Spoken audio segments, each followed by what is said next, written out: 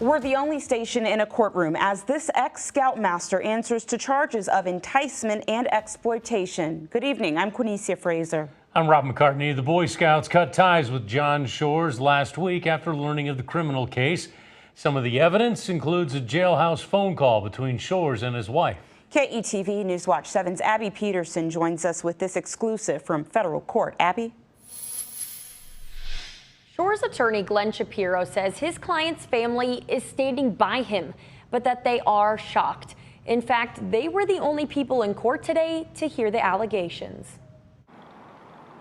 Inside Omaha's federal courthouse, prosecutors lay out their case against 54-year-old John Shores, saying an undercover officer posed as a 13-year-old girl. The officer said Shores offered to get alcohol. He indicated that he had an ulterior motive for meeting, but he wanted to make sure he wouldn't be arrested first and that she seemed too good to be true. Then claimed the conversations turned sexual, including Shores allegedly sending pornography. Prosecutors say he asked to meet in person and exchange explicit photos. When she said, "I've never done that before, are you okay with me being 13?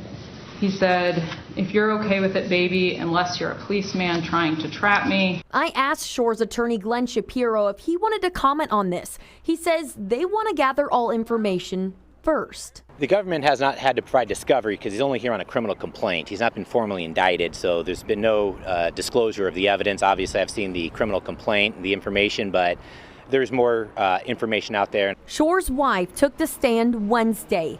She testified that when talking to her husband after his arrest, he had told her he had an illicit conversation with whom he believed to be a minor online. And that he may have to be grounded from cell phones because there's too much out there that he doesn't know how to handle.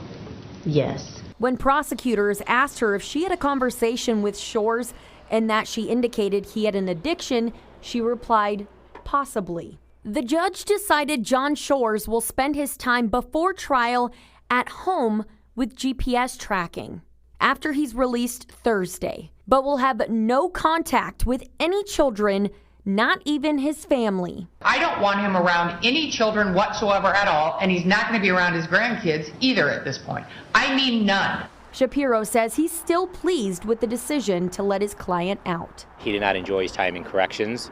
Hopefully it was a little soul-searching time for him, and he's coming out of there a better man. Shores also can't have any internet access. If he's convicted, he could spend the rest of his life in prison. Again, he's going to be released from custody tomorrow until his trial or a resolution in this case. Back to you. Abby, thank you.